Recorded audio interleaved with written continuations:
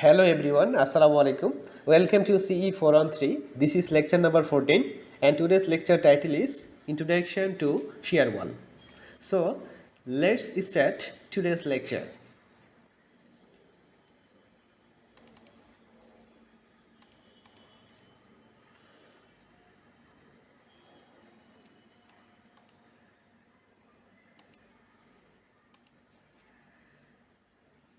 তো প্রথমত আমরা একটু জানার চেষ্টা করব আজকের লেকচার নাম্বার 14-এর মূল উদ্দেশ্যটা হচ্ছে আমরা শেয়ার ওয়াল সম্পর্কে আমরা বেসিক তথ্যগুলো জানার চেষ্টা করব। তো এর জন্য আমরা বেসিক্যালি যে কাজটা করব সেটা হচ্ছে প্রথম যে স্লাইডটা তোমরা দেখতে পাচ্ছ সেটা হচ্ছে আমাদের এখানে শেয়ার ওয়ালের কিছু ফিগার দেওয়া আছে। বাম পাশে যে পিকচারটা দেখতে পাচ্ছ বেসিক্যালি সেটা হচ্ছে আমাদের আরসিসি বিল্ডিংয়ে রেসিডেন্সিয়াল বিল্ডিংয়ে যে শেয়ার ওয়ালগুলো ব্যবহার করা হয় তার কিছু পিকচার এখানে তোমরা দেখতে পাচ্ছ। তো প্রথমত আমরা একটু বেসিক্যালি আমরা যে জিনিসটা বুঝবো সেটা হচ্ছে কোনো একটা বিল্ডিংয়ে বেসিক্যালি ল্যাটারাল ফোর্স কী কী আসে কিংবা হরাইজন্টাল ফোর্স কী ফোর্সগুলো আসতে পারে সেটা আমরা খুব সহজে জানি যে ল্যাটারাল ফোর্স কিংবা হরাইজন্টাল ফোর্স দ্যাট মিন্স এই ডিরেকশানে যে ফোর্সগুলো আসে বেসিক্যালি কোনো একটা বিল্ডিংয়ে হরাইজন্টালি কিংবা ল্যাটারাল ফোর্স, তো এই ফোর্সগুলো বেসিক্যালি আসে হচ্ছে আর্থকোয়েক ফোর্স অথবা সিসমিক ফোর্স যেটাকে বলছি। আর একটা বিষয় আছে উইন্ড ফোর্স, উইন্ডের জন্য যে ফোর্সগুলো আসে, এই দুইটার জন্য যে ফোর্সটা আসলে বিল্ডিংয়ে আসে সেটাই হচ্ছে ল্যাটারাল ফোর্স আর হরাইজন্টাল ফোর্স। তো এখন আমরা যে বিল্ডিংগুলো বেসিক্যালি ডিজাইন করি রেসিডেন্সিয়াল বিল্ডিংয়ের জন্য সেটা বেসিক্যালি হয় হচ্ছে রিজিড ফ্রেম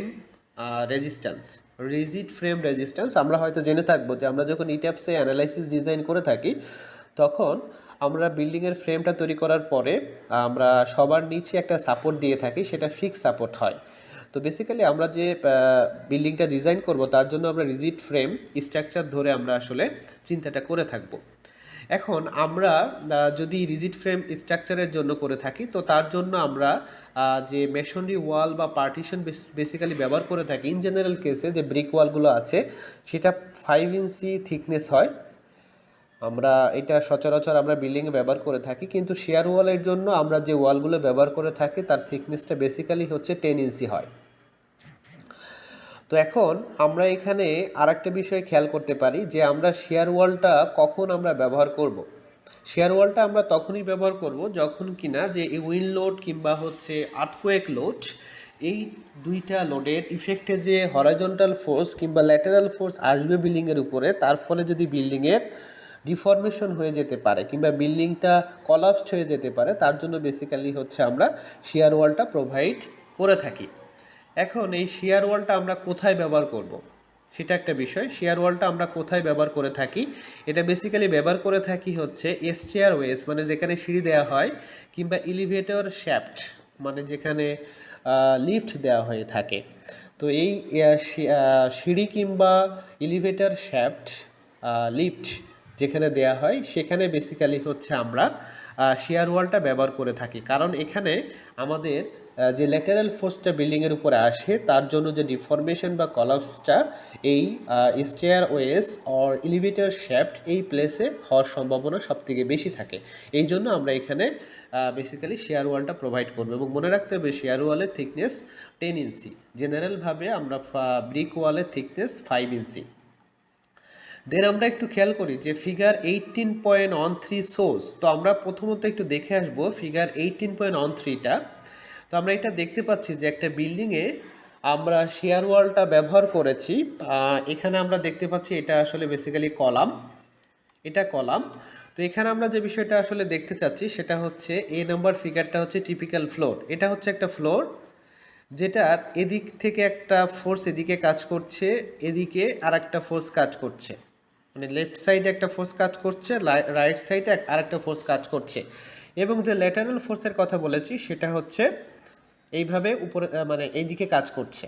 এখন এই যে আমাদের যখন হরাইজন্টাল যে ফোর্সগুলো, this is actually horizontal force, এগুলো হচ্ছে হরাইজন্টাল ফোর্স। তো এটা হলো আমাদের টিপিক্যাল একটা ফ্লোর। এবার যদি এই ফ্লোরটার আমরা ফ্রন্ট এলিভেশন দেখি মানে সামনে থেকে দেখি তাহলে এই ফিগারটা এরকম হবে। ফ্রন্টের থেকে দেখলে ফিগারটা অনেকটা এরকম হবে। সো নিচে যে সাপোর্টটা দেওয়া ডেফিনেটলি সেটা ফিক্স সাপোর্ট হিসেবে আমরা কনসিডার করব। এরপরে যদি আমরা এন্ড এলিভেশন দেখি, আমরা যদি এন্ড এলিভেশন মানে এই নিচ থেকে দেখতে চাই, তাহলে ফিগারটা অনেকটা এরকম হবে।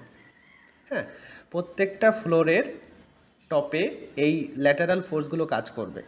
এটা suppose ground floor, first floor, second floor, third floor, ঠিক এভাবে করে কাজ করবে।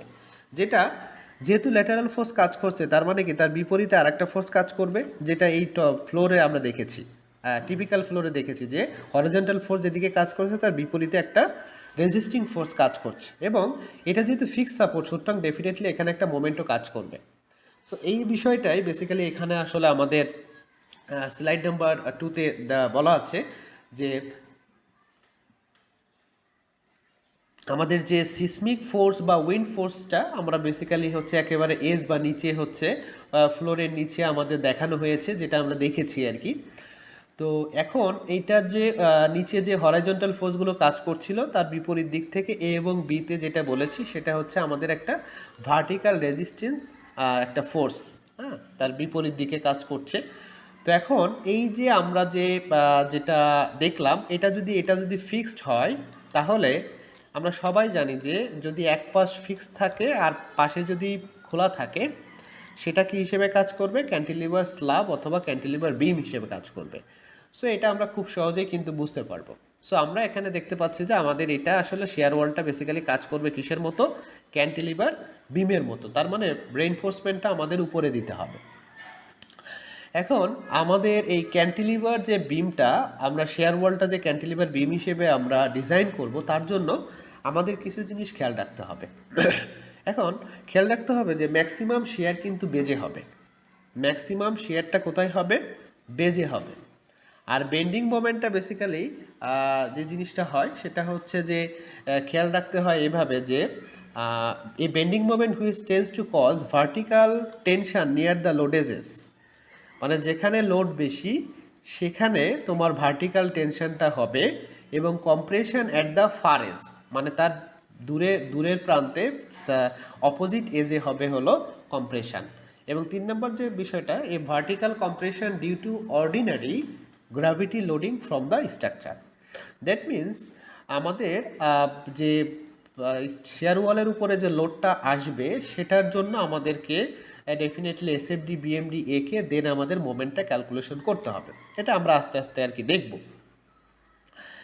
এখন আমরা এরপরে যে বিষয়টা আমরা করতে পারি সেটা হচ্ছে যে এই বিষয়টা মাথায় রাখতে পারি যে high share wall R controlled mainly by flexural requirements.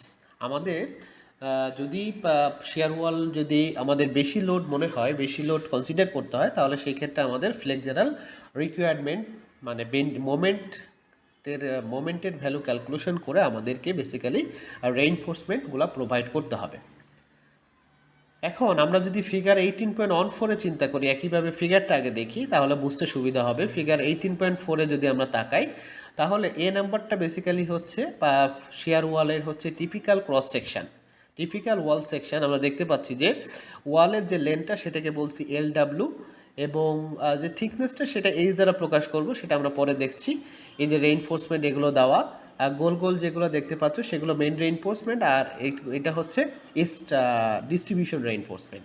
তো লেন্থ হচ্ছে লেন্থকে প্রকাশ করা হয় LW দিয়ে, এবং থিকনেসকে এইচ দ্বারা প্রকাশ করা হয়। এখন আমরা এখান থেকে যদি আরও দেখতে পাই যে সেইটা হচ্ছে তোমার সেই বিল্ডিংয়ের উপরে আসতে হচ্ছে share force, that means lateral force. তো আমরা যে জিনিসটা মাথায় রাখবো যে এই হরাইজন্টাল বরাবর যে রেইনফোর্সমেন্টগুলো প্রোভাইড করা হবে সেটাকে বলা হবে এরিয়া অফ ভার্টিক্যাল রেইনফোর্সমেন্ট, আর ভার্টিক্যালে যেটা প্রোভাইড করা হবে সেটাকে বলা হচ্ছে AH। এবং দুইটা হরাইজন্টালের মধ্যে যে ডিস্টেন্সটা সেটাকে আমরা বলতেছি স্পেসিং S, এবং দুইটা ভার্টিক্যালের মধ্যে যে স্পেসিং সেটাকে বলতেছি হচ্ছে S1। এটা আমরা একটু মাথায় রাখবো। এবং এই বিল্ডিংটার হাইটটাকে বলতেছি হচ্ছে HW। এই জিনিসটা আমরা আর কি মাথায় রাখবো আর কি। তো এটাই আসলে বেসিক্যালি হচ্ছে তোমার এর ফিগার 18.14 এখানে বলা হয়েছে যে বিল্ডিংয়ের হাইটটা বলা হচ্ছে, ওয়ালের হাইটটা বলা হচ্ছে HW, লেন্থটা বলা হচ্ছে LW, থিকনেস হচ্ছে H।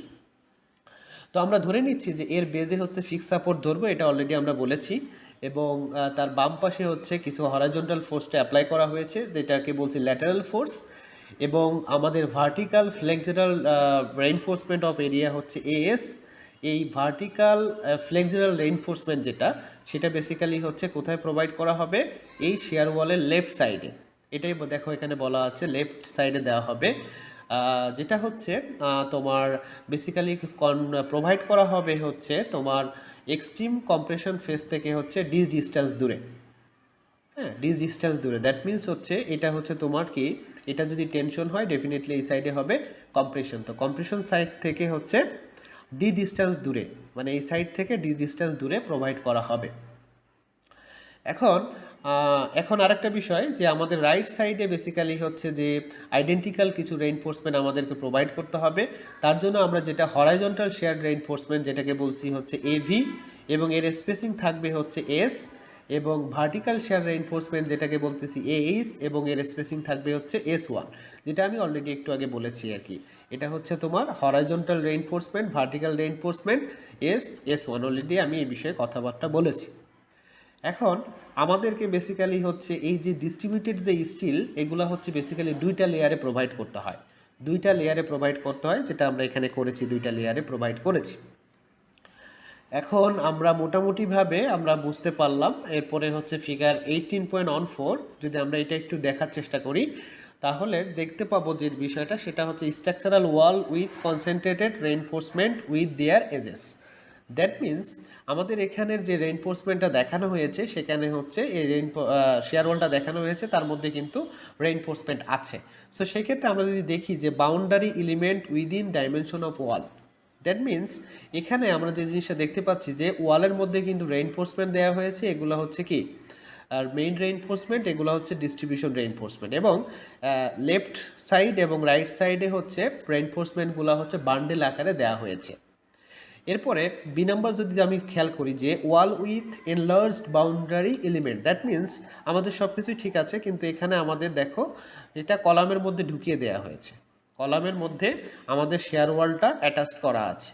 তো এখানে হচ্ছে বান্ডেল আকারে রেইনফোর্সমেন্ট প্রোভাইড করা হয়েছে। এরপরে যদি আমরা খেয়াল করি ওয়াল with reinforcement concentrated in ফ্লেন্সেস, that means আমরা খুব সহজেই জানি যে এটা হচ্ছে ফ্লেন্স, এটা হচ্ছে ওয়েব।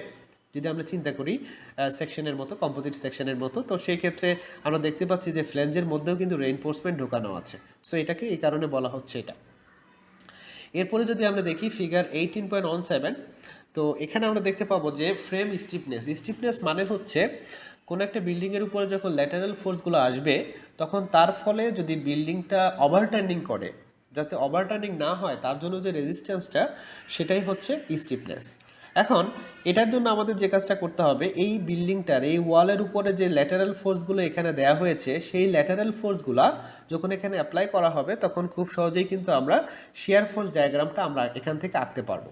সো শেয়ার ফোর্স ডায়াগ্রামটা আঁকা আমি এখন এই বিষয় নিয়ে সবথেকে বেশি এই টোটাল লোডটা বেসিক্যালি হচ্ছে কি হবে, এখানে যে ফিক্স সাপোর্ট এখানে আসবে। সো আমরা খুব সহজেই কিন্তু শেয়ার ফোর্স ডায়াগ্রামটা আঁকতে পারবো এবং বেন্ডিং মোমেন্ট ডায়াগ্রামটা আঁকতে পারবো। কিন্তু আমাদেরকে যে বিষয়টা মাথায় রাখতে হবে সেটা হচ্ছে যে উপরের যে ফিগারটা দেখতে পাচ্ছ, উপরের ফিগারটা বেসিক্যালি হচ্ছে যদি ফ্রেমটা হচ্ছে ফ্লেক্সিবল হয়, ভেরি ফ্লেক্সিবল হয়, তাহলে কিন্তু উপরের যে ফিগারটা দেখতে পাচ্ছ এরকম ফিগার আসবে। আর যদি দেখা যায় যে ফ্রেমটা হচ্ছে স্টিপ, তাহলে এই যে নিচের যে ফিগারটা দেখতে পাচ্ছ এই নিচের ফিগার অনুসারে আসবে।